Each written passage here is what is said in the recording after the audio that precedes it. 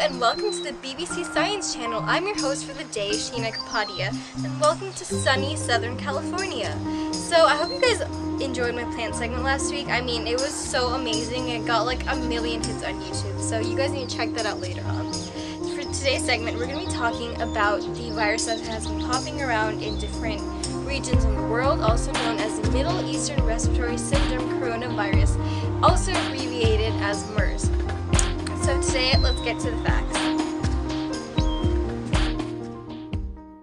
This is a slightly new virus, first reported in the Kingdom of Saudi Arabia in 2012, so there's not much information about it yet. The virus has been circulating throughout the Arabian Peninsula, especially in Saudi Arabia. However, some scientists have indeed performed experiments and have published articles in scientific journals regarding this virus, but we'll get back to that later in the segment. And as of May 2014, over 490 people have gotten MERS and over 140 of them have died. I have been informed that it would be extremely beneficial to stay away from camels. People who have gotten MERS have been associated with working with camels, eating their meat, or even drinking their milk. So there is a similar genetic sequence between humans and camels, which shows a close link between the virus found in camels and the virus found in humans. Scientists have clearly used the BLAST website to discover similarities in the DNA. Other animals have been tested for antibodies for MERS, but antibodies haven't been found in these animals, but they have been found in camels, making camels a likely source of infection in humans. So the actual transmission of this virus is not really known for sure, as this virus is relatively new. However, possible sources of transmission include through bodily fluids, breathing contaminated air, or even human-to-human transmission when people come into close contact with other people. For example, one man who had recently traveled to Saudi Arabia and infected with MERS shook hands with a man that had not traveled outside of the US for a while during a business meeting. As a result, the man that shook hands with the man infected with MERS got the virus.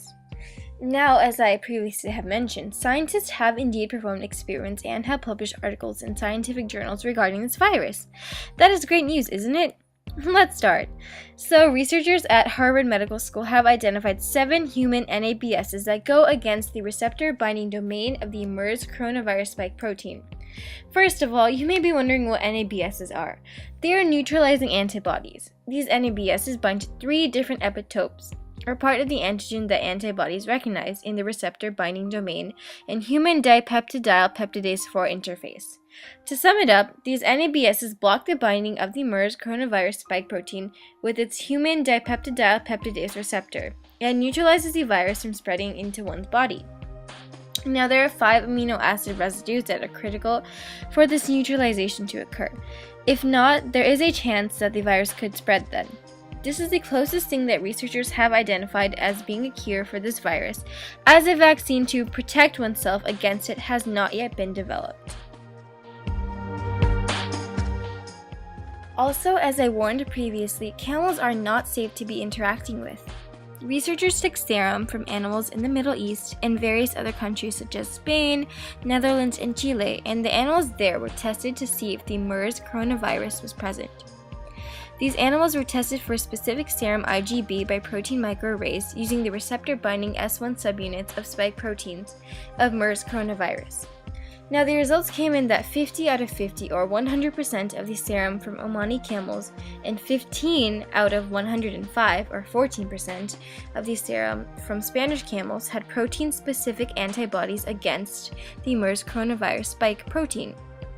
The serum from European sheep and goats had no such antibodies, but it proves that the MERS coronavirus has likely infected camel populations. Lastly, regarding evolution, researchers have discovered that this virus once infected bats as well.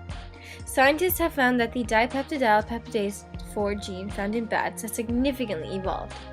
They found that 3 residues in the gene interact with the viral surface glycoprotein, which suggests that the MERS coronavirus was passed in bats for a time period. A similar gene is found in humans as well. As the virus spreads worldwide, a greater awareness of it will be spread, keeping people alert to not get the virus and hopefully making sure they stay away from likely sources of infection, such as bats and camels. If one gets this virus, it can lead to severe respiratory disease with effects like pneumonia. Currently, there are no drugs to destroy this virus and no vaccine to prevent it. Just developing this vaccine can take years, resources, and a lot of money. Lastly, in the Kingdom of Saudi Arabia, camels are a great source of the economy, so with the camels being affected, the economy can wither greatly. Hopefully, this vaccine gets created soon so that the virus does not spread any longer. I hope you enjoyed this segment. Stay healthy and wash your hands. Signing off, Sheena. So we wash, clean, scrub.